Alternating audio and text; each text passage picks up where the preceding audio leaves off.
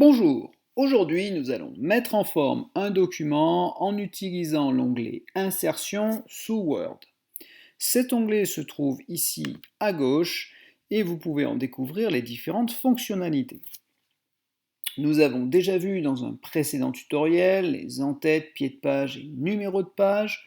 Nous allons aujourd'hui nous concentrer sur les tableaux, images et formes. Alors pour commencer, si on souhaite insérer un tableau, une image ou une forme, il faut sélectionner l'endroit où le tableau va se créer, donc il faut cliquer à cet endroit. Ensuite, sélectionner l'icône du tableau, choisir le nombre de cellules qui nous convient et en cliquant dessus, le tableau se crée automatiquement. On peut alors modifier un petit peu la structure du tableau, ici. Et si l'on souhaite écrire dans une cellule, il suffit de se rendre dans la cellule, de cliquer à l'intérieur et d'écrire ce qu'on souhaite écrire. Une fois notre tableau rempli, il est possible de faire des modifications, ligne par ligne, colonne par colonne, donc pour un groupe de mots.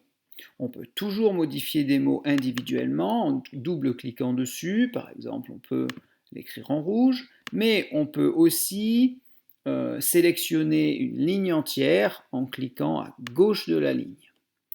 Et à ce moment-là, on peut par exemple écrire en gras, écrire en italique, on a en fait les mêmes fonctionnalités que pour le reste du document. Pour sélectionner une cellule, il faut se placer à l'intérieur de la cellule, mais à gauche. Et à ce moment-là, on peut par exemple choisir de remplir cette cellule avec une palette de couleurs qui nous est fournie. Attention, si on souhaite modifier le fond d'une cellule et qu'on clique sur cette partie, sur cette icône couleur de surbrillance du texte, qu'on choisit par exemple la couleur grise, on s'aperçoit que uniquement le mot a été en surbrillance et pas toute la cellule. Donc attention, pour toute une cellule ou un groupe de cellules, il faut préférentiellement utiliser cette icône trame de fond.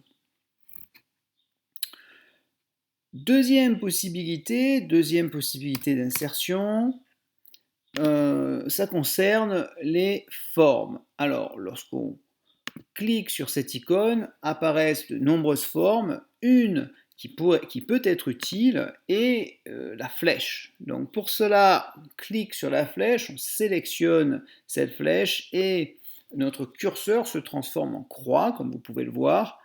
Il faut maintenant cliquer sur la souris, laisser glisser et relâcher à l'endroit qui vous intéresse. Si vous souhaitez maintenant modifier la structure de cette flèche, on peut modifier ici l'épaisseur par exemple, le style de flèche, et on peut modifier les couleurs par exemple ici.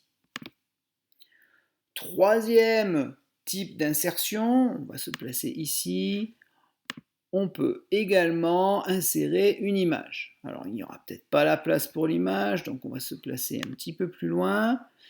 On va sur l'icône image. Word dispose d'un navigateur de photos, mais la plupart du temps vous allez le chercher à partir d'un de vos fichiers. Donc lorsque vous cliquez dessus, vous sélectionnez un dossier dans lequel se trouve une photo, et puis vous pouvez par exemple double-cliquer dessus, la photo va s'importer. À partir de là, vous pouvez modifier la taille de la photo en l'étirant à votre convenance. Voilà pour les trois principales insertions dans un texte avec Word.